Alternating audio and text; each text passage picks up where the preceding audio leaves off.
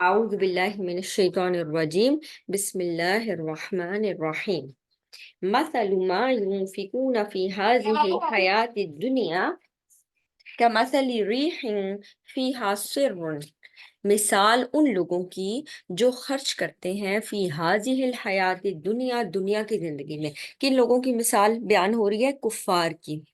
کفار اور مشرکین جو کچھ بھی خرچ کرتے ہیں دنیا کی زندگی میں، کن کن کاموں میں؟ تاکہ وہ اسلام کے اگینسٹ پروپیگنڈا کر سکیں، تاکہ وہ اس دین کے مخالفت میں بڑھ چڑھ کر حصہ لیں، تاکہ وہ اس دین کو نیچا دکھا سکیں، تاکہ وہ مسلمانوں کو نقصان پہنچا سکیں۔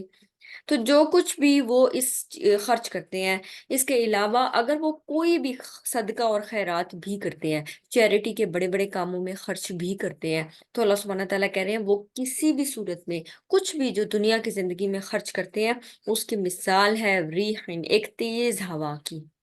قرآن پاک میں نا ریح اور ریاح دونوں ورڈ آتے ہیں۔ ریح ایسی ہوا ہوتی ہے جو نقصان دہ ہو، اور ریاح ایسی ہوا ہوتی ہے جس کے اندر خوشخبری ہو۔ خوشخبری سے کیا مراد ہے؟ یعنی بارش کی خوشخبری، جس سے انسان کو نقصان نہیں ہوتا۔ ٹھیک ہے، تو ریح اور ریاح دونوں ورڈ آتے ہیں۔ ریح کمثل ریح، اس ہوا کی طرح ہے، فیہ سرٌ، جس میں شدید پالا ہو، یعنی شدید سردی ہو، جو بہت ٹھنڈی ہوا چلتی ہے، برفانی ہوا جسے ہم کہہ سکتے ہیں، یا ایسی ہوا کہ جب وہ چلتی ہے اور اس کے بعد اس تیز ہوا کے ساتھ کیا ہوتا ہے؟ بارش ہوتی ہے، یا اس کے ساتھ اولے پڑتے ہیں، تو اس سے آپ دیکھتے ہیں کہ نقصان کس قدر ہوتا ہے۔ کھڑی فصل پوری کی پوری تباہ ہو جاتی ہے تیز ہوا کے ساتھ، یا ایسی ہوا جو چیزیں اکھاڑ لے جاتی ہے، شدید سردی والی جو ہوا ہوتی ہے۔ تو اللہ سبحانہ تعالیٰ کہتے ہیں وہ لوگ جو دنیا کی زندگی میں خرچ کرتے ہیں، چاہے وہ اسلام کے مخالف خرچ کریں یا کسی بھی چیریٹی کے کام میں خرچ کریں، ان کی مثال اس ہوا کی سی ہے جس میں شدید سردی ہے۔ اصابت حرث قوم ظلموا انفسهم فاہلکت، جو ایسے لوگوں کی کھیتی کو پہنچی جنہوں نے اپنی جانوں پر ظلم کیا۔ یعنی بظاہر انہوں نے کھیتی اگائی، جب وہ خرچ کرتے ہیں اس میں تو کیا ہوتا ہے؟ اس کی مثال ایسے ہی ہے جیسے کہ تیز ہوا کا چلنا، شدید سرد ہوا کا چلنا، جو ان کی فصل کے لیے سخت نقصان دہ ہے۔ اللہ سبحانہ تعالیٰ کہتے ہیں یہ ان لوگوں کے لیے، یعنی ان لوگوں کی کھیتی کو پہنچتے ہیں جنہوں نے اپنی جانوں پر ظلم کیا۔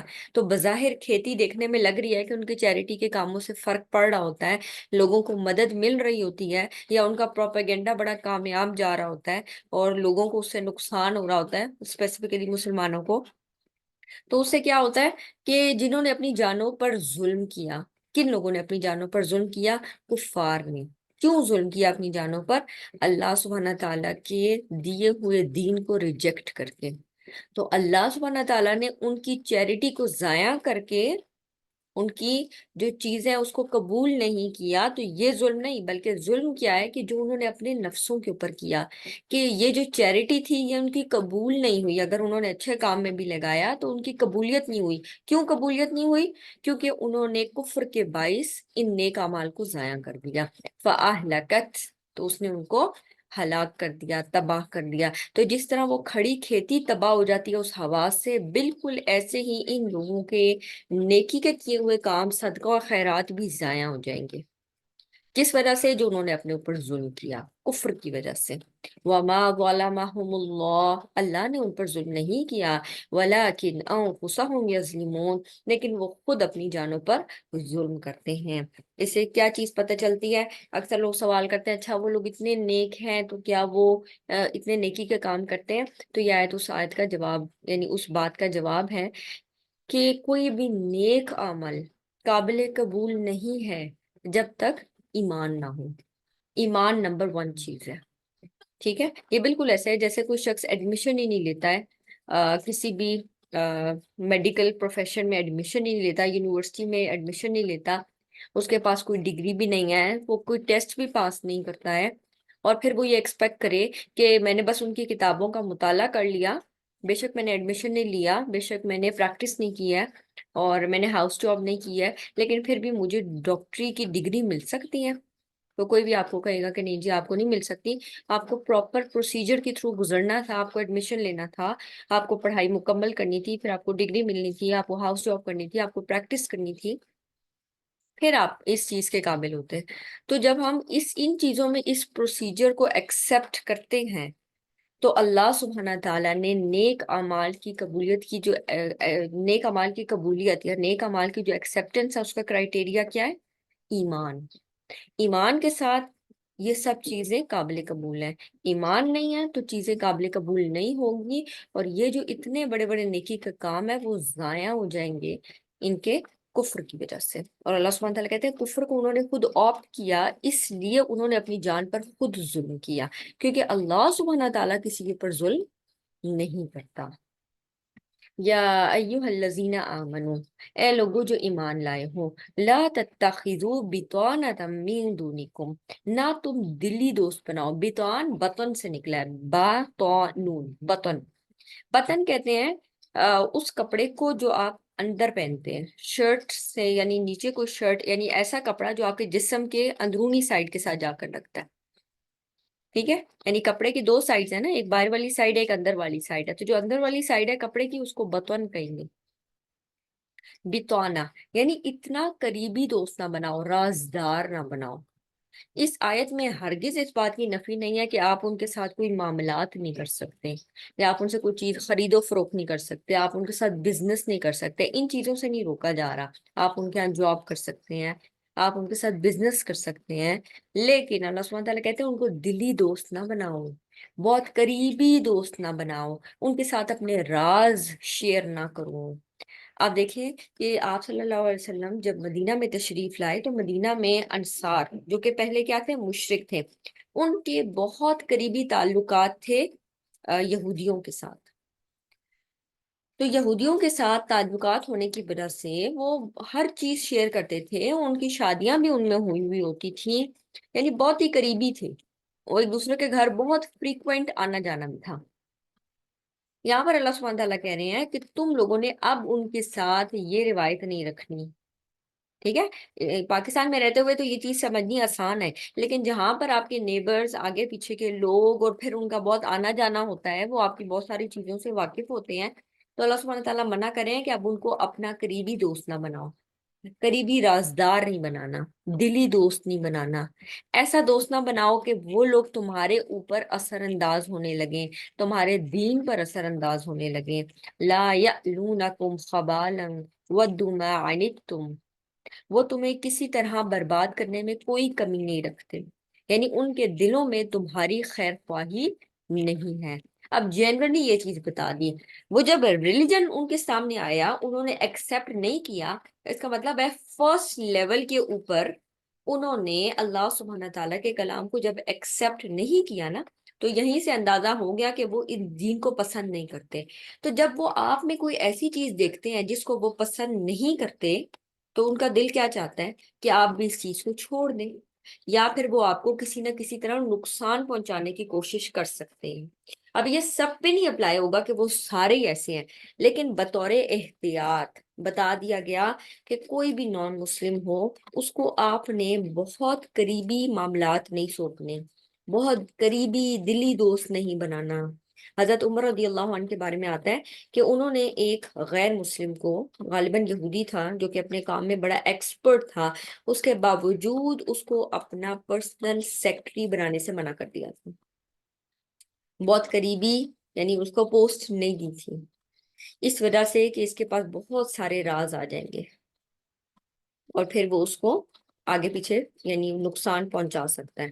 تو قد بدت البغضاء من افواہہم، کیوں؟ کیونکہ یہ پسند کرتے ہیں ایسی چیز کو جو تمہیں مصیبت میں ڈال دے، یعنی ان کو یہ چیز پسند آتی ہے، وَدُّوا مَا عَنِتُّمْ، ان کو پسند آتی ہے یہ چیز کہ یہ آپ کو مشکل میں ڈالیں۔ قد بدت البغضاء من افواہہم، ان کے منہوں سے تو ظاہر بھی ہو چکا ہے، کوئی نہ کوئی ایسا بیان ضرور آ جاتا ہے جس سے آپ کو پتہ چل جاتا ہے کہ یہ لوگ آپ کے حق میں نہیں ہے بلکہ آپ کے خلاف ہے، تو ان کی بیان سے بھی آپ کو پتہ چل جاتا ہے، جو نیوز آتی ہے اس سے بھی پتہ چل جاتا ہے۔ وَمَا تُخْفِي صُدُورُهُمْ اکبر، اور جو کچھ ان کے سینوں میں ہے وہ تو اس سے بھی بڑا ہے۔ آپ دیکھیں جو چیز انسان کے سینے میں ہوتی ہے نا وہ انسان کی زبان پر آ ہی جاتی ہے۔ جو چیز آپ کے دل میں ہوتی ہے. امام ابن قیم الجوزیہ فرماتے ہیں کہ جو زبان ہے نا وہ دل کی کفگیر ہے.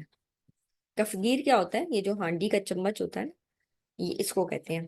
کیا ہوتا ہے جب آپ ہانڈی بنا رہے ہوتے ہیں اور آپ ہانڈی میں کوئی چیز مکس کرتے ہیں تو کیا ہوتا ہے کہ اس مکس کرنے کے بعد اس چمچ کے ساتھ کچھ نہ کچھ وہ چیز آئی جاتی ہے جو کہ آپ بنا رہے ہوتے ہیں. وہ مسالہ ہو سکتا ہے، وہ کوئی سبزی، کوئی شوربہ، یا کوئی بھی چیز جو آپ بنا رہے ہیں نا، وہ اس چمچ کے ساتھ بھی لگ کے باہر آتا ہے تھوڑا سا، تو اندازہ ہو جاتا ہے کہ اندر کیا پک رہا ہے. تو یہاں پر اللہ سبحانہ تعالیٰ کہتے ہیں جو چیز ان کے سینوں میں ہے نا وہ اس سے بھی بڑی ہے.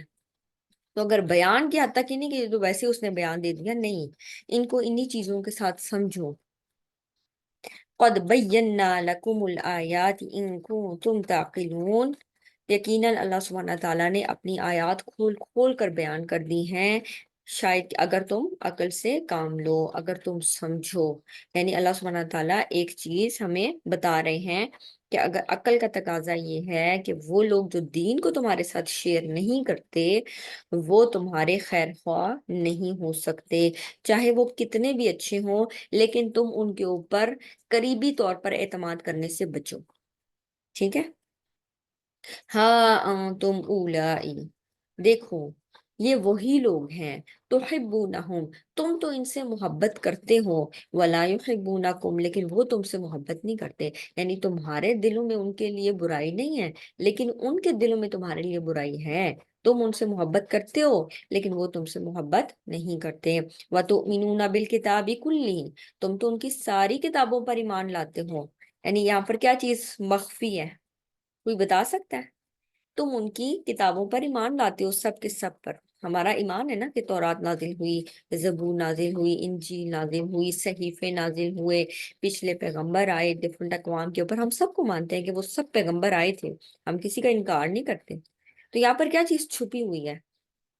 اگر آپ پچھلی لائن دیکھیں تو کیا ہے؟ تم ان سے محبت کرتے ہو، وہ تم سے محبت نہیں کرتے. آگے اللہ سبحانہ تعالیٰ کہتے ہیں تم ساری کتابوں پر ایمان لاتے ہو. یہاں پر کیا چیز چھپی ہوئی ہے؟ یعنی ایک جملہ جو اس کے آگے آ سکتا تھا وہ کیا ہو سکتا تھا؟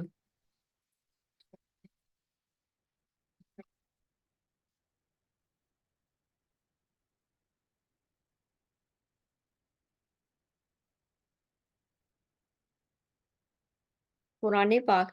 نہیں، دیکھیں اس کو دوبارہ سمجھیں. اللہ سبحانہ تعالیٰ کہہ رہے ہیں تم ان سے محبت کرتے ہو، وہ تم سے محبت نہیں کرتے. تم ان کی ساری کتابوں پر ایمان لاتے ہو. آگے کیا جملہ آ سکتا تھا؟ کوئی اس کو فالو کر پا رہا ہے؟ کوئی شیئر کرنا چاہے؟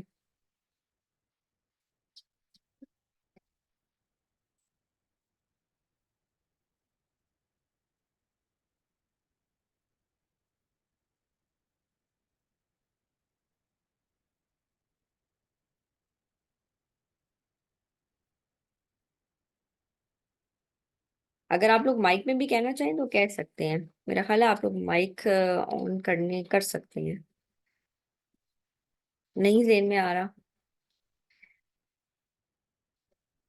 وہ نہیں مان لاتے. بارک اللہ فیک. بالکل، سائرہ نے بالکل صحیح جواب دیا کہ تم تو ان کی ساری کتابوں پر ایمان لاتے ہو، لیکن وہ لوگ تمہاری کتابوں پر یا تمہارے نبی کو نہیں مانتے. وہ سارے انبیاء کو نہیں مانتے.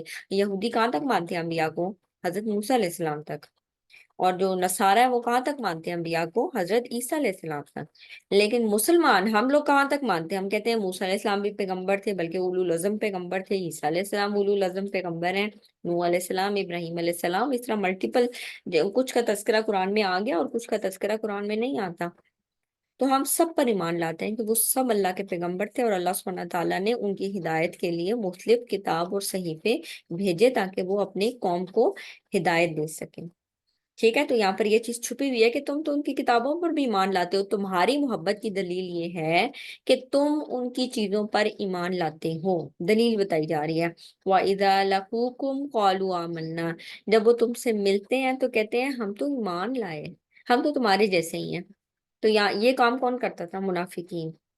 منافقین جب تم لوگوں سے ملتے ہیں تو کہتے ہیں ہم بھی ایمان لائے، ہم بھی تمہاری طرح کے مسلمان ہی ہیں.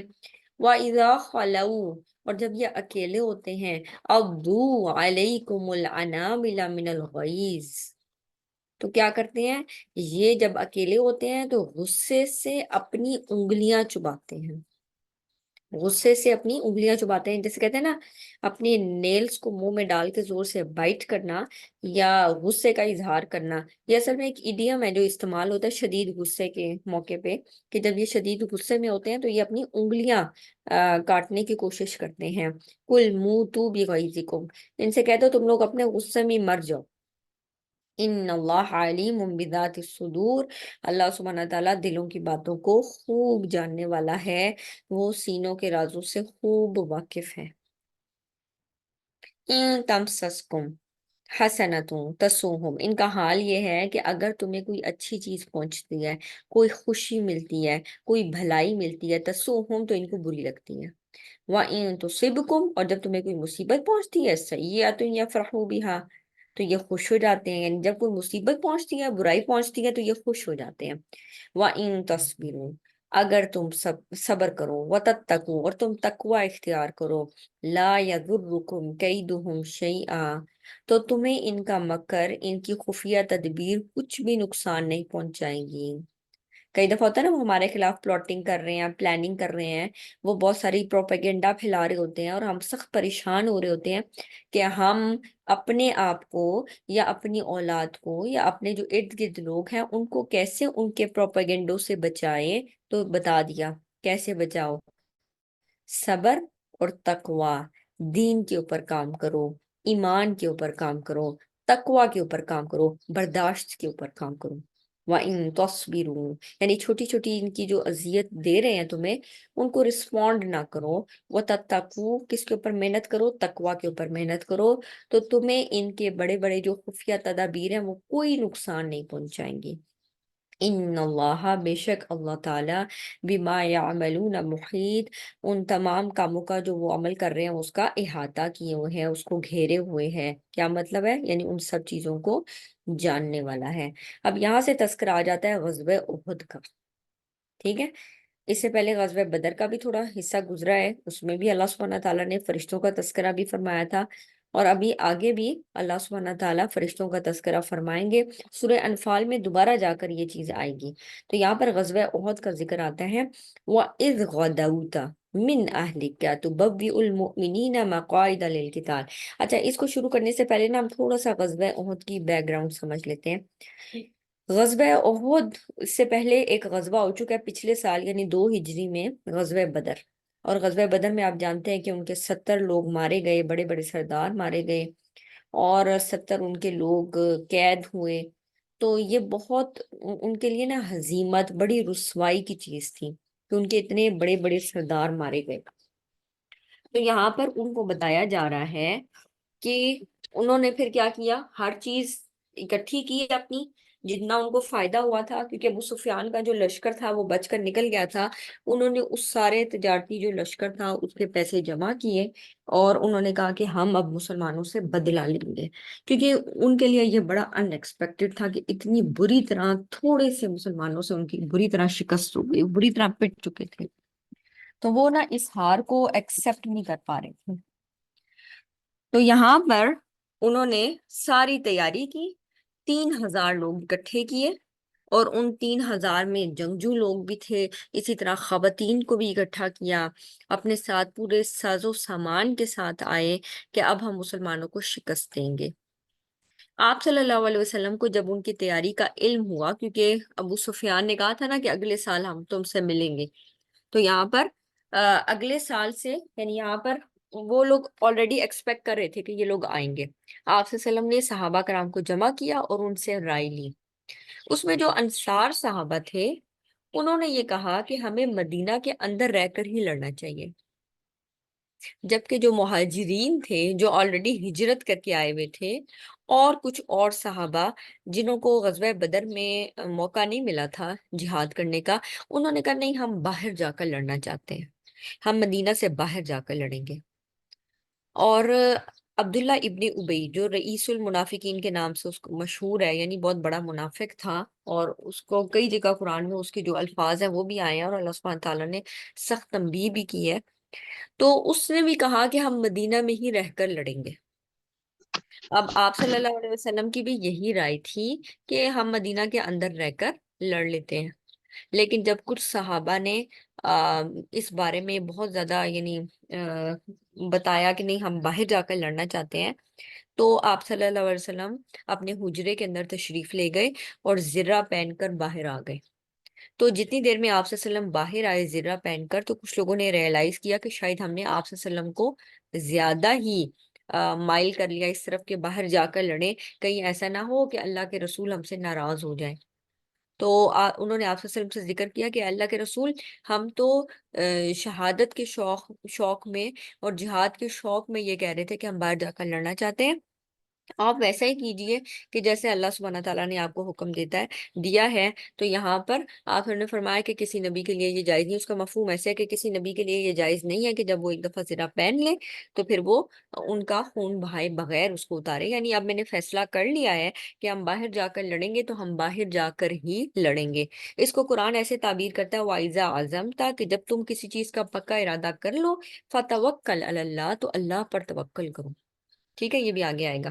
تو وَإِذْ غَدَوْتَ، جب آپ صبح کے وقت کیا کر رہے تھے؟ اب آپ صلی اللہ علیہ وسلم نے چوز کی جگہ احد، ٹھیک ہے، احد پہاڑ کو اگر آپ دیکھیں نا تو یہ بہت بڑی سیریز ہے، کوئی احد پہاڑ ایک احد پہاڑ نہیں ہے، بلکہ احد پہاڑ کے اندر نا پہاڑ کے بڑے بڑے ماؤنٹینیس رینجز ہیں، بڑی بڑی، ان سب کو یہ احد پہاڑ کہتے ہیں۔ جس پہاڑ کے اوپر جنگ ہوئی تھی نا، آپ یاد ہے کہ حضرت خالد بن ولید رضی اللہ عنہ کو جو فرمایا گیا تھا کہ آپ نے سوری حضرت جبیر رضی اللہ عنہ، ان کو آپ صلی اللہ علیہ وسلم نے کہا تھا کہ آپ نے اس جگہ سے نہیں ہٹنا، ٹھیک ہے، ان کو ایک خاص جگہ بتائی گئی تھی کہ آپ نے یہاں سے موو نہیں کرنا۔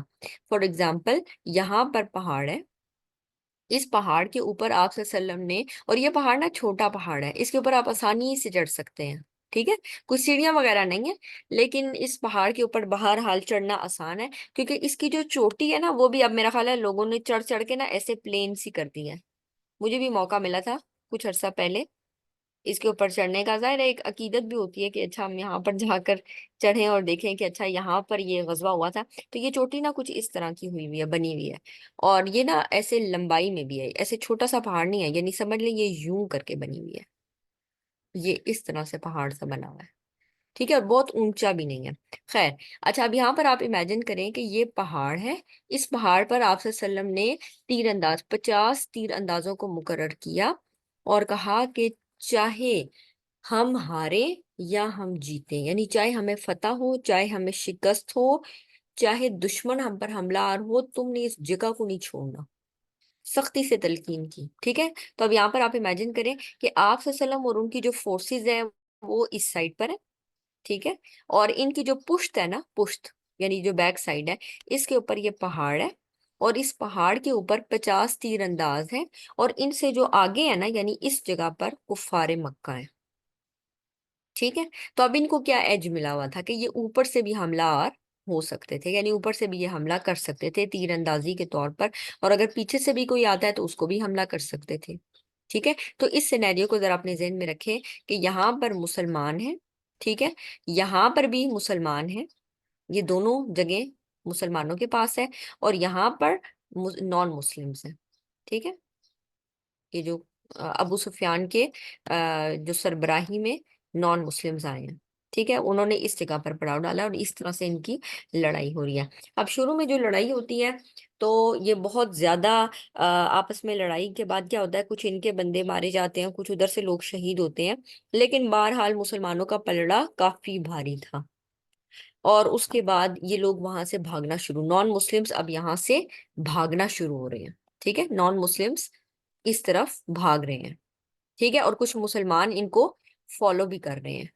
اب جب یہ نان مسلمز بھاگ رہے ہیں اور مسلمان بھی کچھ ان کے پیچھے تک آتے ہیں تاکہ وہ ان لوگوں جو بچ گیا ہے وہ مال غنیمت اکٹھا کریں، تو جب ادھر کے مسلمانوں نے دیکھا کہ یہاں پر جو مال غنیمت ہے اس کو یہ لوگ اکٹھا کر رہے ہیں، کیونکہ یہاں سے یہ لوگ بھاگنا شروع ہو گئے تھے، تو ان میں سے 40 کے قریب لوگ نیچے اتر آئے، صرف 10 لوگ اوپر بچے۔ کیونکہ ان 40 لوگوں نے یہ کہا کہ آپ صلی اللہ علیہ وسلم نے ہمیں صرف تب تک اوپر رہنے کے لیے کہا تھا جب تک جنگ تھی۔ اب چونکہ جنگ ختم ہو چکی ہے، نان مسلم جا چکے ہیں، تو ریزن نہیں ہے کہ ہم اوپر ہی ٹھہرے، بلکہ ہمیں نیچے آنا چاہیے۔ حضرت سعید بن جبیر نے کہا نہیں، آپ صلی اللہ علیہ وسلم نے ہمیں منع کیا تھا کہ جب تک وہ حکم نہیں دیں گے ہم نیچے نہیں آئیں گے، تو ہم نیچے نہیں اترنا چاہیے۔ اب ہوتا کیا ہے کہ حضرت خالد بن ولید رضی اللہ عنہ بھاگتے بھاگتے، حضرت خالد بن ولید نے جب دیکھا کہ یہ جو ایریا ہے یہاں پر لوگ کم ہو گئے ہیں، تو انہوں نے یعنی اسی طرح اسی ڈائریکشن میں بھاگتے بھاگتے حضرت خالد بن ولید اپنا گھوڑوں کا دستہ لیتے ہوئے ادھر سے آ گئے۔ ٹھیک ہے، اب ادھر سے آ کر کیونکہ وہ 10 کے 10 بچے تھے کہ وہ 10 کے 10 شہید ہو گئے، کیونکہ بہت کم لوگ تھے نا۔ اب یہاں سے گھڑ سوار ادھر گئے اور انہوں نے ان سب کو شہید کیا۔ اب ہوا کیا، اب جب ان لوگوں نے دیکھا نا نان مسلم نے کہ حضرت خالد بن ولید نے پیچھے سے اٹیک کر دیا ہے، تو اب یہ لوگ واپس پلٹے۔ ٹھیک ہے، اب یہ نان مسلمز واپس آ رہے ہیں۔ اب آپ امیجن کیجئے کہ ادھر سے بھی نان مسلمز ہیں اور اوپر سے بھی نان مسلمز آ گئے، یہاں سے بھی نان مسلمز آ گئے، اور نان مسلمس کو اوپر والی جگہ بھی مل گئی ہے، اور نان مسلمس کو نیچے والی سامنے والی جگہ بھی مل گئی ہے، اور درمیان میں کون گھر گئے ہیں؟ مسلمان۔ اور پھر ان گھرنے کی وجہ سے مسلمانوں کے اندر یہ مشہور ہو گیا، جب انہوں نے حضرت مصعب بن عمیر رضی اللہ عنہ کو شہید کر دیا، تو لوگوں نے مشہور کر دیا کہ آپ صلی اللہ علیہ وسلم انتقال کر گئے ہیں۔ اس کی وجہ سے بہت سارے لوگوں کا حوصلہ پست ہو گیا، کوئی لوگ ادھر ادھر بھاگنا شروع ہو گئے، اور لوگوں کو بالکل سمجھ نہیں آ رہی تھی۔ آپ صلی اللہ علیہ وسلم نے ایک اونچی گھاٹی پر جا کر پناہ لی اور لوگوں کو فرمایا کہ میری طرف آؤ، میں اللہ کا رسول ہوں، میری طرف آؤ، میں اللہ کا رسول ہوں۔ اب آپ صلی اللہ علیہ وسلم نے جس جگہ پر پناہ لی تھی نا، وہ کوئی یہ والی جگہ بنتی ہے، اس جگہ پر۔ ٹھیک ہے، اور یہ جو پناہ والی جگہ ہے نا، یہاں پر اب اونچی دیوار ہے، اور پیچھے یہ جگہ تھوڑی سی بنی ہوئی ہے، جس کے بارے میں یہ ہے کہ آپ صلی اللہ علیہ وسلم نے اس غار میں پناہ لی تھی، یعنی یہ پیچھے ایک جگہ سی بنی ہوئی ہے۔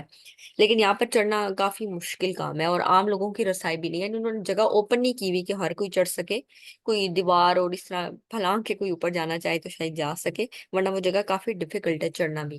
خیر، آپ صلی اللہ علیہ وسلم نے وہاں پر جا کر پناہ لی، اور یہاں پر جا کر آپ صلی اللہ علیہ وسلم کو لوگوں نے جب تیر اندازی بہت شدت سے کی، آپ صلی اللہ علیہ وسلم زخمی بھی ہوئے، اور آپ صلی اللہ علیہ وسلم کا جو دانت مبارک ہے وہ بھی شہید ہوا، جو کڑیاں ہیں نا مغفر کی، یعنی جو ہیلمٹس ہوتا ہے زرہ کا، وہ بھی ان کے اندر چلا گیا، رخسار کے اندر بھی، جو بھی ایک صحابی نے نکالا۔ اسی طرح خون بہت زیادہ بہہ رہا تھا۔ حضرت فاطمہ رضی اللہ عنہ آئی، حضرت عائشہ رضی اللہ عنہ آئی، اور انہوں نے پانی، حضرت علی رضی اللہ عنہ نے پانی ڈالنا شروع کیا۔ حضرت فاطمہ رضی اللہ عنہ کے بارے میں آتا ہے کہ انہوں نے چٹائی کو جلایا، اور جو اس کا بورا تھا نا، وہ آپ صلی اللہ علیہ وسلم کے زخم پر رکھا تاکہ وہ خون بند ہو جائے۔ اور اس حال میں بہت سارے ایسے صحابہ تھے جو آپ صلی اللہ علیہ وسلم کو بالکل بھی چھوڑنے کے لیے تیار نہیں تھے۔ اب آپ صلی اللہ علیہ وسلم نے نا بڑا ٹف ڈیسیژن لیا تھا۔ وہ ٹف ڈیسیژن کیا تھا؟ آپ دیکھیں کہ ادھر بھی نان مسلمز ہیں، ادھر سے گزر کے بھی نان مسلمز جا رہے ہیں۔ آپ صلی اللہ علیہ وسلم نے ایک ایسی جگہ پر پناہ لی تھی، اور مسلمانوں کو اس جگہ پر بلانا تھا، کیونکہ مسلمان نا اب اس جگہ سے نزدیک تھے۔ اب ایک تو طریقہ یہ تھا کہ بس آپ صلی اللہ علیہ وسلم وہاں جا کر چھپ جاتے، وہاں چلے جاتے کچھ صحابہ کے ساتھ، اور یہ دیکھتے کہ بس ان کی اپنی سیفٹی کس چیز میں ہے۔ لیکن انہوں نے کیا کیا؟ وہاں پر اوپر جا کر انہوں نے بلند آواز سے پکارنا شروع کیا۔ ٹھیک ہے، یہاں پر آپ دیکھیں، یہاں پر اس جگہ پر کون ہے؟ نان مسلمز ہیں۔ ٹھیک ہے، اس جگہ پر نان مسلمز ہیں، اور اتنی بلند جگہ پر آپ صلی اللہ علیہ وسلم نے چڑھ کر مسلمانوں کو پکارنا شروع کیا، اور مسلمان کبھی اس ڈائریکشن میں بھاگ رہے ہیں کیونکہ اوپر سے بھی حملے ہو رہے ہیں، کبھی وہ اس ڈائریکشن میں بھاگ رہے ہیں، کبھی وہ اس ڈائریکشن میں بھاگ رہے ہیں، کیونکہ اتنا کیوس مچ گیا تھا کہ مسلمانوں کو سمجھ نہیں آ رہی تھی کہ ہم اب کس جگہ پر جائیں، اور اوپر سے یہ بھی مشہور ہو گیا کہ آپ صلی اللہ علیہ وسلم خدا نہ خواستہ شہید ہو چکے ہیں، تو اب ان کو سمجھ نہیں آ رہی تھی، تو مسلمان ادھر ادھر بھاگ رہے تھے۔ آپ صلی اللہ علیہ وسلم نے اپنی جان کو خطرے میں ڈال کر یہاں سے آواز لگائی کہ میں اللہ کا رسول ہوں، میری طرف آؤ، اور پھر سب یہ دوبارہ اکٹھے ہوئے۔ اب بہت زیادہ چانس تھا نا کہ جو نان مسلمز ہیں وہ یہاں سے پلٹ کر پہلے آپ صلی اللہ علیہ وسلم کے پاس پہنچ جاتے، تو آپ صلی اللہ علیہ وسلم نے اپنی لائف کو بہت زیادہ رسکی کرنے کے باوجود مسلمانوں کو ایک جگہ پر اکٹھا کیا۔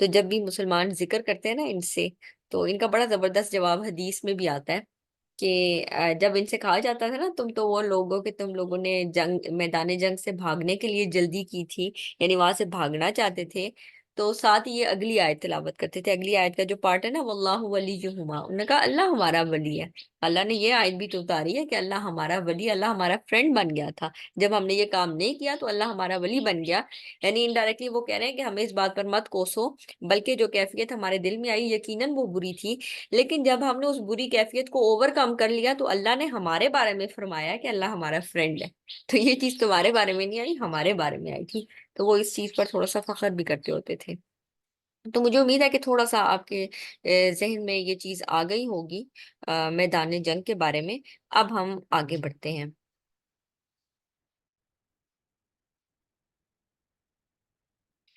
وَإِذْ غَدَوْتَ، اور جب آپ صبح کے وقت کیا کر رہے تھے؟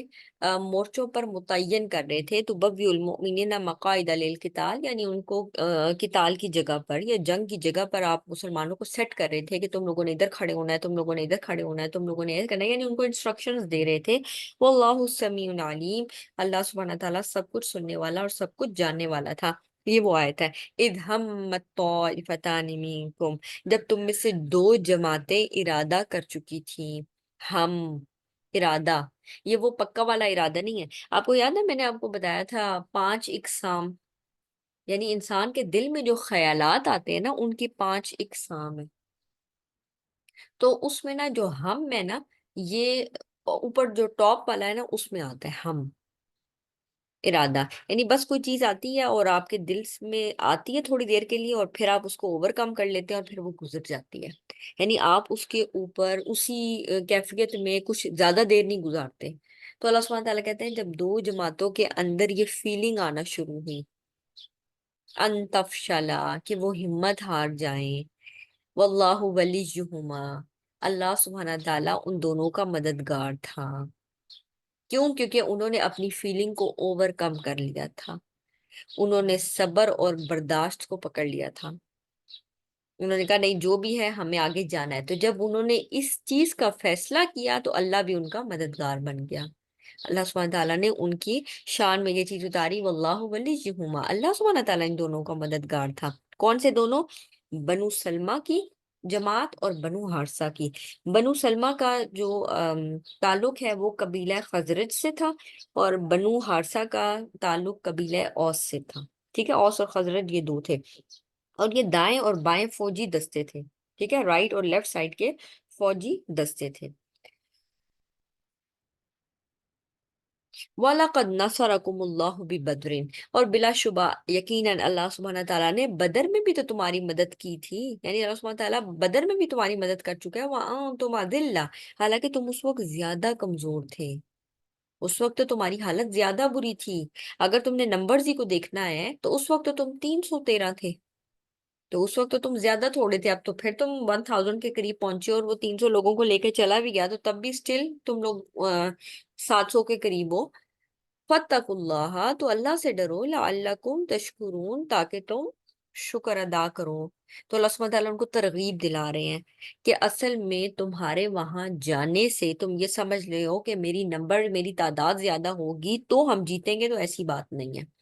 اِسْتَقُولُوا لِلْمُؤْمِنِينَ، جب آپ مومنوں سے کہہ رہے تھے، أَلَنْ يَكْفِيَكُمْ أَن يُمِدَّكُمْ رَبُّكُمْ بِثَلَاثَةِ آلَافٍ مِّنَ الْمَلَائِكَةِ مُنْزَلِينَ، کیا یہ کافی نہیں ہے کہ تمہارا رب 3000 فرشتوں کے ساتھ تمہاری مدد فرمائے؟ یعنی کیا یہ چیز کافی نہیں ہے؟ یعنی بدر والی بات ان کو یاد کرائی جا رہی ہے، اچھی اگزامپل ہسٹری میں سے اچھی چیزیں ان کو بتائی جا رہی ہیں تاکہ ان کا جو ایمان کا لیول ہے وہ اور بڑھے اور جوش و خروش بڑھ جائے۔ بلا، کیوں نہیں، ان تصبروا، اگر تم صبر کرو، وتتقوا، اور تقوی اختیار کرو، ویأتوکم من فورہم ھذا یمددکم ربکم بخمسۃ آلاف من الملائکۃ مسومین، اور اللہ تعالیٰ سے ڈرو، دشمن تم پر اپنے سخت جوش میں آ پہنچے تو تمہارا رب 5,000 نشان زدہ فرشتوں سے تمہاری مدد کرے گا۔ تو یہ بدر کا واقعہ ان کو یاد کروایا جا رہا ہے کہ اللہ سبحانہ تعالیٰ نے تمہارے لیے مدد کے لیے فرشتے بھیجے تھے۔ کہیں پر آتا ہے کہ وہ فرشتے نے ریڈ کلر کا سرخ امامہ باندھا ہوا تھا، کچھ کہتے ہیں گرین امامہ تھا، اور کچھ کہتے ہیں سفید امامہ تھا۔ یہ تینوں روایات آتی ہیں، تو کہتے ہیں ہو سکتا ہے کہ ان میں بھی ڈفرینٹ جو ہے نا فوجیں ہوں، یعنی ڈفرنٹ جو گروپس ہیں وہ ہوں، کچھ کا امامہ ریڈ ہو، کچھ کا وائٹ ہو، کچھ کا گرین ہو۔ تو اللہ سبحانہ تعالیٰ ان چیزوں کو یاد کروا رہے ہیں تاکہ ان کی ہمت اور بڑھے۔ وَمَا جَعَلَهُ اللَّهُ إِلَّا بُشْرَىٰ لَكُمْ، اور اس مدد کو اللہ سبحانہ تعالیٰ نے محض خوشخبری بنایا تھا۔ وَلِتَطْمَئِنَّ قُلُوبُكُمْ، اور تمہارے دل تاکہ اس سے مطمئن ہو جائیں، کیونکہ بظاہر نا نمبرز کے انکریز ہونے سے انسان کا جو دل ہے وہ تھوڑا مطمئن ہوتا ہے کہ اچھا ہمارے پاس اتنی فوج ہے۔ وَمَن نَّصْرُ إِلَّا مِنْ عِندِ اللَّهِ الْعَزِيزِ الْحَكِيمِ، اللہ سبحانہ تعالیٰ کلیئر کر رہے ہیں کہ تم نمبرز کے اوپر تکیہ نہ کرو، تم ان کے اوپر رلائے نہ کرو کہ اچھا اتنا نمبر ہوگا تو ہم جیت سکیں گے۔ وَمَن نَّصْرُ إِلَّا مِنْ عِندِ اللَّهِ، مدد تو اللہ کی طرف سے ہے، وہ جو زبردست ہے، کمال حکمت والا ہے۔ اور ابھی آپ دیکھ سکتے ہیں کہ کیا نمبر ہے اور کس طرح سے بڑی بڑی افواج کو شکست دی جاتی ہے۔ ہم نے افغانستان میں دیکھ لیا، ہم غزہ میں بھی دیکھ رہے ہیں، حالانکہ وہ بہت سارے لوگوں کو شہید کر چکے ہیں۔ اور آپ جانتے ہیں کہ جو بریگیڈز لڑ رہی ہیں حماس کی صورت میں، یعنی غزہ میں جو بریگیڈز لڑ رہی ہیں، یقیناً ان کی تعداد بہت کم ہوگی، لیکن اس کے باوجود وہ اپنی تھوڑی طاقت ہوتے ہوئے بھی ان کو بڑا نقصان پہنچا رہے ہیں، ٹھیک ہے، ان کے فوجیوں کو، ان کی چیزوں کو۔ حالانکہ جو فوجی ہیں وہ اتنے ڈرتے ہیں کہ وہ ان لوگوں کے اوپر اٹیک کرنے کی بجائے کن کے اوپر اٹیک کرتے ہیں؟ عام سویلینز پر، ان کو تباہ کرتے ہیں، ان بچوں کو مارتے ہیں، عام مسلمانوں کو شہید کرتے ہیں، خواتین کو۔ یعنی وہ ان چیزوں پر اترے ہوئے ہیں کیونکہ ان کو اندر ہمت ہی نہیں ہے کہ وہ ان لوگوں کا مقابلہ کریں، حالانکہ یہ لوگ تعداد میں یقیناً بہت تھوڑے ہیں، لیکن سٹل، یعنی جو انہوں نے بڑا تکبرانہ انداز میں کہا تھا نا کہ ہمیں صرف 15 دن چاہیے، ہم حماس کا خاتمہ کر دیں گے، ہم اس غزہ کی جو فوج ہے اس کا خاتمہ کر دیں گے۔ اور پھر آج دیکھیں کتنا عرصہ گزر چکا ہے اور وہ ان لوگوں کو بہت تھوڑا نقصان پہنچا پائے ہیں۔ تو وَمَن نَّصْرُ إِلَّا مِنْ عِندِ اللَّهِ، مدد تو اللہ کی طرف سے آتی ہے، وہ جو زبردست ہے، غالب ہے، بہت حکمت والا ہے۔ لِيَقْطَعَ طَرَفًا مِّنَ الَّذِينَ كَفَرُوا، تاکہ اللہ سبحانہ تعالیٰ کافروں کے لیے ایک حصے کو کاٹ دے، یعنی کافروں کا کچھ لوگ ختم ہو جائیں۔ او یکبتہم، یا ان کو ذلیل کرے، یعنی وہ جزیہ دینے پر راضی ہوں، ان کو کچھ لوگ تو ہلاک ہو جائیں گے، اور یہاں پر اللہ سبحانہ تعالیٰ کہتے ہیں کچھ لوگ ذلیل ہوں گے یعنی رسوا ہوں گے، کچھ لوگ قیدی بنائے جائیں گے، کچھ لوگ جزیہ دینے پہ راضی ہوں گے، فَيَنقَلِبُوا خَائِبِينَ، پھر وہ نامراد واپس لوٹ جائیں۔ جب آپ صلی اللہ علیہ وسلم کو آ، آ، جب انہوں نے دانت مبارک شہید کیا، اور اسی طرح آپ صلی اللہ علیہ وسلم کو جو زخم آیا تھا تیر لگنے کی وجہ سے، اور جو مغفر تھی وہ بھی اندر کڑی جو چلی گئی تھی، اس کی وجہ سے نا آپ صلی اللہ علیہ وسلم کے منہ سے کچھ الفاظ نکلے تھے، ٹھیک ہے، تو ان الفاظ کے نکلنے پر اللہ سبحانہ تعالیٰ نے یہ آیت نازل کی۔ آپ صلی اللہ علیہ وسلم نے فرمایا تھا وہ قوم کس طرح فلاح یاب ہو سکتی ہے، یعنی وہ قوم کس طرح فلاح پائے گی جس نے اپنے نبی کا سر خون سے خضاب آلود کر دیا، یعنی جس نے، تو اصل میں وہ ایک بددعا کی ٹائپ ہے نا کہ یہ لوگ کیسے فلاح پائیں گے، یہ لوگ تو کبھی سکسیسفل نہیں ہو سکتے۔ اور آپ جانتے ہیں کہ ان میں سے بہت سارے لوگ بعد میں ایمان لے آئے تھے، جس میں حضرت خالد بن ولید رضی اللہ عنہ بھی شامل ہے۔ تو آپ صلی اللہ علیہ وسلم نے جب یہ والا جملہ بولا کہ یہ لوگ کیسے فلاح پائیں گے جو اپنے نبی کو اتنا نقصان پہنچا رہے ہیں، تو اللہ سبحانہ تعالیٰ نے فرمایا لیس لک من الامر شیء، آپ کو اس معاملے میں کوئی اختیار نہیں ہے، او یتوب علیہم او یعذبہم، کہ اللہ سبحانہ تعالیٰ ان کی توبہ قبول فرمائے یا ان کو عذاب دے، فإنہم ظالمون، بلا شبہ وہی ظالم ہے، یعنی یقیناً یہ لوگ ظلم کرنے والے ہیں، لیکن بہرحال آپ ان کے لیے یہ بددعا نہ کریں۔ آپ صلی اللہ علیہ وسلم کو ان کے لیے بددعا کرنے سے روک دیا گیا کہ یہ اللہ کا اختیار ہے، چاہے تو ان کے دل بدل دے، ان کی توبہ قبول کر لے، ان کو ایمان کی دولت دے دے، یا ان پر عذاب کرے، یہ اللہ سبحانہ تعالیٰ کے پاس اختیار ہے، آپ اس بارے میں بددعا نہ کریں۔ پھر آپ صلی اللہ علیہ وسلم نے ان کے لیے بددعا نہیں کی تھی۔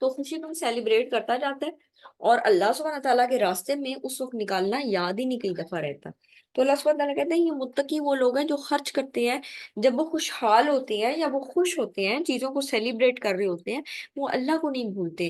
وہ جب وہ تکلیف میں ہوتے ہیں تب بھی وہ اللہ کے راستے میں خرچ کرتے ہیں، مشکل حالات ہوتے ہیں تب بھی جتنا ان سے ہو سکتا ہے وہ صدقہ کرتے ہیں۔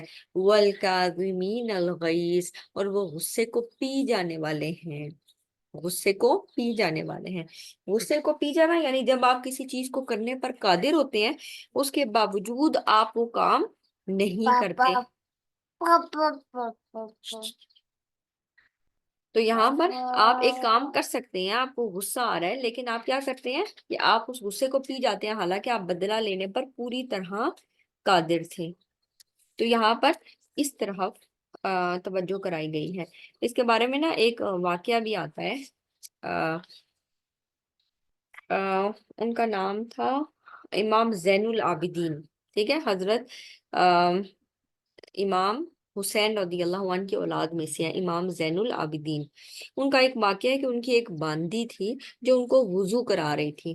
اب اس کے ہاتھ میں نا وضو کا برتن تھا، اور وہ وضو کا برتن اس کے ہاتھ سے چھوٹ جاتا ہے۔ اب یہ نیچے بیٹھ کر وضو کر رہے ہیں اور وہ اوپر سے پانی ڈال رہی ہے، تو جو یہ برتن اس کے ہاتھ سے چھوٹتا ہے تو وہ ان کے سر میں آ کے لگتا ہے، اس کی وجہ سے ان کا سر زخمی ہو جاتا ہے، اور جو ان کا سر میں سے نا خون بہنا شروع ہو جاتا ہے، لہو لہان ہو گئے۔ آپ نے غصے سے نظر اٹھا کر دیکھا تو باندی نے کہا والکاظمین الغیظ، کہ اپنا غصہ پی جانے والے، یعنی اس آیت کی طرف ریفر کر دیا، تو انہوں نے اپنا غصہ پی لیا۔ اس کے بعد اس باندی نے کہا والعافین، ٹھیک ہے، والعافین عن الناس، تو اس پر آپ نے فرمایا کہ میں نے تمہیں معاف کیا۔ اس کے بعد باندی کہنے لگی واللہ یحب المحسنین، اللہ نیکی کرنے والوں کو پسند کرتا ہے، تو انہوں نے فرمایا کہ جاؤ میں نے تمہیں آزاد کیا، میں نے تمہیں اللہ کے لیے آزاد کیا۔ تو یہاں پر یعنی یہ چیز، اب یہ پوری طرح قادر تھے کہ باندی کو بھی کچھ سنا دیتے، اس پر غصہ کر دیتے، لیکن انہوں نے یہ چیز نہیں کی۔ تو یہاں پر یہ ایک واقعہ اس کے آیت کی روح سے یہ ایک واقعہ مجھے یاد آ رہا تھا۔ تو یہاں پر متقی لوگوں کی خصوصیات بیان ہو رہی ہے، وہ لوگ جو خرچ کرتے ہیں، خوشحالی میں بھی تنگی میں بھی، غصے کو پی جانے والے ہیں، لوگوں کو معاف کرنے والے ہیں۔ واللہ یحب المحسنین، اور یہ چیزیں آسان نہیں ہیں، غصے کو پی جانا، لوگوں کو معاف کر دینا، یہ آسان بات نہیں ہے۔ اللہ سبحانہ تعالیٰ کہتے ہیں جو لوگ یہ کام کرتے ہیں، خرچ بھی کرتے ہیں، تین کام، نمبر ون خرچ کرتے ہیں چاہے حالات اچھے ہیں چاہے برے ہیں، پھر بھی کچھ نہ کچھ صدقہ خیرات کرتے رہتے ہیں۔ نمبر ٹو غصے کو پی جانے والے ہیں، بدلہ لینے پر پوری طرح قادر ہیں، اس کے باوجود غصے کو پی جاتے ہیں۔ اور نمبر تھری لوگوں کو معاف کر دیتے ہیں۔ کئی لوگ ایسے ہوتے ہیں نا جو آپ کو ایسی باتیں کر دیتے ہیں، آپ کا دل بڑا دکھی ہو جاتا ہے، آپ کہتے ہیں ہاں بس اب میں بول کچھ نہیں رہی لیکن میرا دل بڑا دکھی ہے، لیکن پھر جب آپ اس دکھ سے بھی نکل آتے ہیں، آپ لوگوں کو معاف کر دیتے ہیں، تو اب آپ نے کون سی سٹیج پہ آگے؟ احسان کی سٹیج پہ۔ واللہ یحب المحسنین، اب آپ نے احسان کا رویہ اپنا لیا۔ اللہ سبحانہ تعالیٰ کہتے ہیں وہ محبت کرتا ہے احسان کرنے والوں سے، اللہ سبحانہ تعالیٰ احسان کرنے والوں سے محبت کرتا ہے، محسنین سے محبت کرتا ہے۔ والذین اذا فعلوا فاحشۃ او ظلموا انفسهم، کہ یہ وہ لوگ ہیں جب کوئی برائی کر بیٹھتے ہیں، جب ان سے کچھ برا واقعہ ہو جاتا ہے، جب ان سے کوئی گناہ سرزد ہو جاتا ہے، یا وہ اپنے نفسوں پر ظلم کر بیٹھتے ہیں، ذکروا اللہ، وہ اللہ کا ذکر کرتے ہیں، فاستغفروا لذنوبہم، اور اللہ سبحانہ تعالیٰ سے بخشش مانگتے ہیں، ومن یغفر الذنوب الا اللہ، اللہ کے علاوہ کون ہے جو ان کے گناہوں کو معاف کرے، ولم یصروا علی ما فعلوا وهم یعلمون، اور وہ اپنے گناہوں پر تکرار نہیں کرتے، جان بوجھ کر گناہوں پر اصرار نہیں کرتے، ریپیٹ نہیں کرتے گناہوں کو، وہم یعلمون، اور وہ یہ جانتے ہیں۔ اولئک جزاؤہم مغفرۃ من ربہم، یہی وہ لوگ ہیں جن کا بدلہ ان کے رب کی طرف سے مغفرت ہے، وجنات تجری من تحتها الانہار، اور ان کے لیے نہریں ہیں، باغات ہیں، اور ان کے نیچے نہریں بہ رہی ہیں، وہ اس میں ہمیشہ رہنے والے ہیں۔ وَنِعْمَ أَجْرُ الْعَامِلِينَ، اور کتنا اچھا بدلہ ہے عمل کرنے والوں کے لیے، صرف بیٹھ کر باتیں نہیں کرنا، عمل کرنے والوں کے لیے، عامل الصالحات والے لوگوں کے لیے۔ کتنا اچھا بدلہ ہے۔ قد خلت من قبلکم سنن فسیروا فی الارض فانظروا کیف کان عاقبۃ المکذبین۔ تم سے پہلے بھی بہت سے لوگ گزر چکے، ایسے طریقے گزر چکے، ایسی مثالیں گزر چکی ہیں۔ فانظروا کیف کان عاقبۃ المکذبین، تو تم زمین میں چل پھر کر دیکھو کہ جھٹلانے والوں کا انجام کیسا ہوا۔ ھذا بیان للناس، لوگوں کے لیے یہ بیان ہے، یہ ذکر ہے، وہدن اور ہدایت ہے، وموعظۃ للمتقین اور نصیحت ہے متقی لوگوں کے لیے، اللہ سے ڈرنے والوں کے لیے نصیحت ہے۔ واعظ ایسی نصیحت ہوتی ہے جو دل میں اثر کرے۔ تو یہ جو قرآن ہے یہ کیا ہے؟ بیان بھی ہے لوگوں کے لیے، یہ ہدایت بھی ہے، اور جو اس میں غور و فکر کرے گا، تدبر کرے گا، اس کے ساتھ وقت لگائے گا، یہ اس کے دل پر اثر کرے گی۔ اور ایسا انسان کیا ہوگا؟ متقی ہوگا۔ یعنی اگر قرآن دل پر اثر کرتا ہے، اس کا مطلب ہے کہ تقوی پیدا ہو رہا ہے۔ ٹھیک ہے، وَمَوْعِظَةٌ لِّلْمُتَّقِينَ، اور تقوی والوں کے لیے واعظ اور نصیحت ہے۔ وَلَا تَهِنُوا، اور تم ہمت نہ ہارو، وَلَا تَحْزَنُوا، اور نہ غم کرو، وَأَنْتُمُ الْأَعْلَوْنَ، اور تم ہی غالب رہو گے، إِن كُنتُم مُؤْمِنِينَ، اگر تم مومن ہو۔ اب مسلمانوں کے لیے یہ بڑی ڈفرینٹ سی بات ہے، اس کو ایکسیپٹ کرنا کہ ہم مسلمان تھے، ہم رائٹ پر تھے، ہمیں کیسے شکست ہو گئی۔ اور اسی طرح عبداللہ ابن ابی نے بھی کہا، دیکھا نا ان لوگوں نے غلط فیصلہ لیا تھا، اسی لیے ان کو نقصان ہوا ہے۔ اللہ سبحانہ تعالیٰ کہتے ہیں ان یمسسکم کرحن، اگر تمہیں چوٹ لگی ہے، فقط مسل قوم کرحن مثلو، تو اس جیسی چوٹ ان کو بھی لگ چکی ہے، پہلے وہ لوگ بھی زخمی ہو چکے ہیں۔ غزوہ بدر کی طرف اشارہ ہے کہ تم نے بھی ان کو بھاری نقصان پہنچایا تھا۔ وہ تلک الایام نداولها بین الناس، اور اللہ سبحانہ تعالیٰ ان دنوں کو لوگوں کے درمیان گھماتے رہتے ہیں کہ کبھی فتح ہوتی ہے، کبھی شکست ہوتی ہے۔ وَلِيَعْلَمَ اللَّهُ الَّذِينَ آمَنُوا، تاکہ اللہ سبحانہ تعالیٰ جان لے ان لوگوں کو جو ایمان لائے۔ یعنی یہ جو بڑی بڑی چیزیں آتی ہیں نا، یہ ٹیسٹ ہوتی ہیں لوگوں کے لیے، تاکہ اللہ سبحانہ تعالیٰ جان لے ان لوگوں کو جو ایمان لائے۔ یعنی کس کا ایمان پھر پکا ہے؟ کون مشکلات برداشت کر کے ایمان پر ثابت قدم رہتا ہے۔ وَيَتَّخِذَ مِنكُمْ شُهَدَاءَ، اور کون ان میں سے بعض ہے جو کہ جو ایمان لاتے ہیں اور تم میں سے بعض کو شہید بنا لے۔ واللہ لا يحب الظالمین، اللہ سبحانہ تعالیٰ ظالموں سے محبت نہیں کرتا۔ وَلِيُمَحِّصَ اللَّهُ الَّذِينَ آمَنُوا، تاکہ اللہ سبحانہ تعالیٰ ان لوگوں کو خالص کر لے جو ایمان لائے، وَيَمْحَقَ الْكَافِرِينَ، اور کافروں کو مٹا دے۔ تو اب اللہ سبحانہ تعالیٰ کہہ رہے ہیں کہ تم یہ چاہتے ہو کہ بغیر کسی ٹیسٹ کے جنت میں تم چلے جاؤ، جس جنت کا ہم تم سے وعدہ کریں اس پہ تم کوئی مشکل برداشت نہ کرو۔ ام حسبتم ان تدخلوا الجنت، کیا تم نے یہ سمجھ لیا ہے کہ تم ویسے ہی جنت میں چلے جاؤ گے؟ ولما يعلم الله الذين جاهدوا، حالانکہ اللہ سبحانہ تعالیٰ نے ابھی نہیں جانا، یعنی ابھی تمہیں بیچ میں سے سارٹ آؤٹ نہیں کیا، جاہدوا منکم، جنہوں نے تم میں سے جہاد کیا، وہ یعلم الصابرین، اور وہ جان لے جو تم میں سے صبر کرنے والے ہیں۔ سوال یہ پیدا ہوتا ہے کہ کیا اللہ سبحانہ تعالیٰ کے علم میں نہیں ہے کہ کون لوگ حقیقی معنوں میں جہاد کرنے والے ہیں اور کون حقیقی معنوں میں صبر کرنے والے ہیں؟ بالکل ہے، لیکن جب کوئی چیز پرفارم ہو کر سامنے آ جاتی ہے تو لوگوں کو بھی پتہ چل جاتا ہے کہ اچھا ان میں سے کون ہے جو کوشش کرنے والے ہیں، کون ہے جنہوں نے صبر کیا، کیونکہ جب وہ اس چیز کو کر بیٹھتے ہیں نا تو پھر حجت تمام ہو جاتی ہے۔ اس سے پہلے اللہ کے تو علم میں ہے لیکن حجت تمام نہیں ہوئی جب تک لوگوں نے اس چیز کو ایکٹ نہیں کیا۔ تو یہاں پر ایکٹ کرنا مراد ہے، کیونکہ اللہ کے علم میں تو پہلے سے وہ چیز ہے جو قیامت تک ہونی ہے، سب کچھ اللہ کے علم میں ہے۔ وَلَقَدْ كُنتُمْ تَمَنَّوْنَ الْمَوْتَ مِن قَبْلُ، بلا شبہ تم اس سے پہلے موت کی تمنا کیا کرتے تھے۔ أَن تَلْقَوْهُ، کہ تم ملو اس سے، یعنی تم اس سے پہلے جہاد کا شوق رکھتے تھے، تم شہادت مانگ رہے تھے۔ فَقَدْ رَأَيْتُمُوهُ، تو اب تم نے اسے اس حال میں دیکھ لیا، وَأَنْتُمْ تَنْظُرُونَ، اور تم اس کو آنکھوں سے دیکھ رہے تھے۔ یعنی اب جب شہادت کا موقع آیا تو تم جنگ سے پیٹھ پھیر رہے ہو، اب تم اس سے بھاگ رہے ہو۔ اور یہ کہ کب کا واقعہ ہے؟ جب حضرت خالد بن ولید پیچھے سے اٹیک کر رہے ہو اور ادھر سے جو نان مسلمز ہیں وہ بھی واپس پلٹ آئے ہیں، وہ مسلمان سینٹر میں ہیں۔ تو اللہ سبحانہ تعالیٰ کہتے ہیں اس سے پہلے تو تم بڑا شوق جو ہے نا شہادت اپنا ظاہر کر رہے تھے، تو اب کیا ہوا؟ اب جب تم اس سے ملنے لگے ہو تو تم اب گھبرا رہے ہو، اب تم ڈر کے بھاگ رہے ہو۔ وما محمد الا رسول، اور آپ صلی اللہ علیہ وسلم کچھ نہیں مگر ایک رسول، آپ صلی اللہ علیہ وسلم ایک رسول ہی تو ہیں۔ یعنی اس سے اس چیز کی نفی ہے کہ تم نے اپنے نبی کو وہ چیز نہیں بنانی جو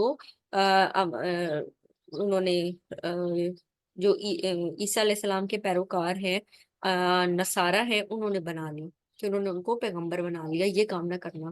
وما محمد الا رسول، محمد صلی اللہ علیہ وسلم اللہ کے رسول ہی تو ہیں۔ قد خلت من قبلہ الرسول، اس سے پہلے بھی کئی رسول گزر چکے ہیں۔ آفا ماتا، پھر اگر کیا وہ مر جائیں، او قتل انقلبتم، یا وہ قتل کر دیے جائیں، ان قلبتم علی اعقابکم، تو کیا تم الٹے پاؤں پھر جاؤ گے؟ کیا تم ایڑیوں کے بل واپس مڑ جاؤ گے؟ وَمَن يَنقَلِبْ عَلَىٰ عَقِبَيْهِ، اور جو شخص ایڑیوں پر پلٹے گا، فَلَن يَضُرَّ اللَّهَ شَيْئًا، تو وہ اللہ کا کوئی نقصان نہیں کرے گا، وَسَيَجْزِي اللَّهُ الشَّاكِرِينَ، اور ان قریب اللہ سبحانہ تعالیٰ شکر کرنے والوں کو جزا دے گا۔ اچھا، یہاں سے کیا پتہ چلتا ہے کہ انسان کی دین کی وابستگی، دین کے اوپر عمل کرنا کنڈیشنل نہیں ہونا چاہیے لوگوں کے ساتھ، کہ فلاں شخص کے ساتھ ہم ہوں گے تو ہم عمل کریں گے، جب ہم فلاں شخص نکل گیا بیچ میں سے تو اب آپ اپنی مرضیاں کرتے پھریں، ایسی بات نہیں ہونی چاہیے۔ یعنی لوگوں کو اللہ کے ساتھ کنیکٹ کرنا ہے، لوگوں کو لوگوں کے ساتھ کنیکٹ نہیں کرنا، کہ لوگوں کے سامنے ہیں تو آپ بڑے دیندار بنے ہوئے ہیں اور لوگوں کے علاوہ ہیں ان لوگوں سے ہٹ جاتے ہیں یا ان لوگوں سے پیچھے ہو جاتے ہیں، تو پھر آپ اس طرح دین کے معاملے میں اتنے کنیکٹ نہیں رہتے۔ اس کا مطلب ہے آپ نے اپنے آپ کو اللہ سے نہیں جوڑا، اللہ کے دین سے نہیں جوڑا، بلکہ لوگوں سے جوڑا، آپ شخصیت پرستی میں مبتلا ہو گئے۔ اس چیز سے بچنے کی ضرورت ہے۔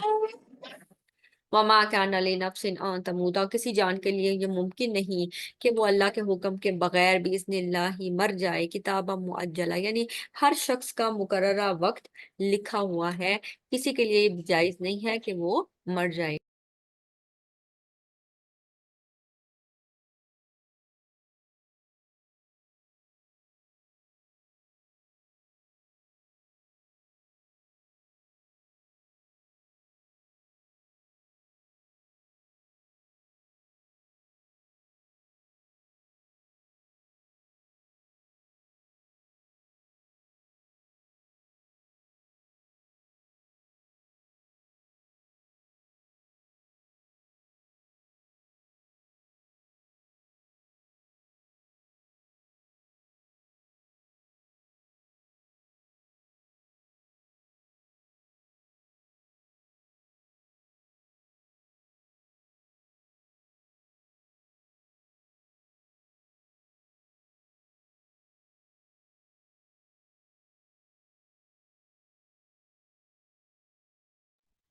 وما کان لنفس، اور کسی جان کے لیے کبھی ممکن ہی نہیں ہے کہ وہ اللہ کے حکم کے بغیر مر جائے۔ وما یرید ثواب الدنیا نؤتہ منہا، تو اور جو کوئی دنیا کا بدلہ چاہتا ہے ہم اسے دنیا میں ہی دے دیں گے۔ جس کو صرف دنیا عزیز ہے نا، جس کو شہرت عزیز ہے، جس کو صرف دنیاوی فائدے عزیز ہیں، اس کو کسی حد تک دنیا کا فائدہ مل بھی جاتا ہے۔ وما یرید ثواب الآخرہ نؤتہ منہا، اور جو کوئی آخرت کا ثواب چاہتا ہے ہم اس کو وہ دیں گے۔ جو کوئی آخرت کے اوپر فوکس کرنا چاہتا ہے ہم اس کو آخرت کا ثواب دیں گے۔ وَسَنَجْزِي الشَّاكِرِينَ، اور ہم شکر کرنے والوں کو جزا دیتے ہیں۔ یعنی ریئلائز کرایا جا رہا ہے کہ تم لوگ آخرت کی زیادہ فکر کرو اور دنیا کے تھوڑے فائدے کے لیے اپنے آپ کو نہ بیچو۔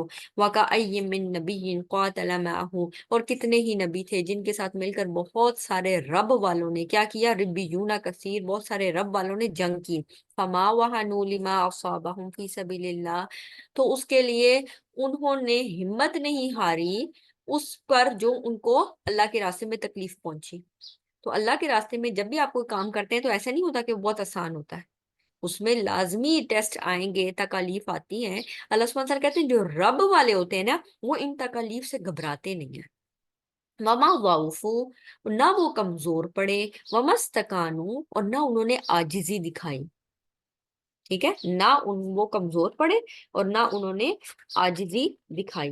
اچھا، یہاں پر نا تین جو ڈفرنٹ الفاظ آئے نا اس کی تفسیر مختلف آتی ہے، اور اس کی ایک تفسیر جو میں نے نوٹ ڈاؤن کی ہوئی تھی وہ کہتے ہیں وہن سے کیا مراد ہے۔ آپ کو یاد ہوگی وہ حدیث کے آپ صلی اللہ علیہ وسلم نے فرمایا کہ مسلمانوں کے اوپر یعنی غیر مسلمہ وہ ایسے اٹیک کریں گے جیسے لوگ دسترخوان پر دوسروں کو انوائٹ کرتے ہیں۔ ٹھیک ہے، جیسے ان لوگوں کو انوائٹ کرتے ہیں نا ایسے لوگ مسلمانوں کے اوپر ٹوٹ پڑیں گے۔ تو صحابہ کہتے ہیں کہ کیا اس وقت ہماری تعداد تھوڑی ہوگی؟ تو آپ نے فرمایا نہیں، لیکن اس وقت تم سمندر کی جھاگ کے برابر ہوگے، یعنی تمہاری تعداد تو بہت زیادہ ہوگی۔ تو انہوں نے فرمایا پھر کیا وجہ؟ تو آپ نے فرمایا تمہارے اندر وہن پیدا ہو جائے گا۔ تو انہوں نے کہا وہن کیا چیز ہے؟ تو وہن کیا ہے کہ دنیا سے محبت اور موت سے نفرت۔ یعنی وہن کیا چیز ہے پھر؟ ترک جہاد، جہاد کو ترک کر دینا۔ جب مسلمانوں نے زیادہ جو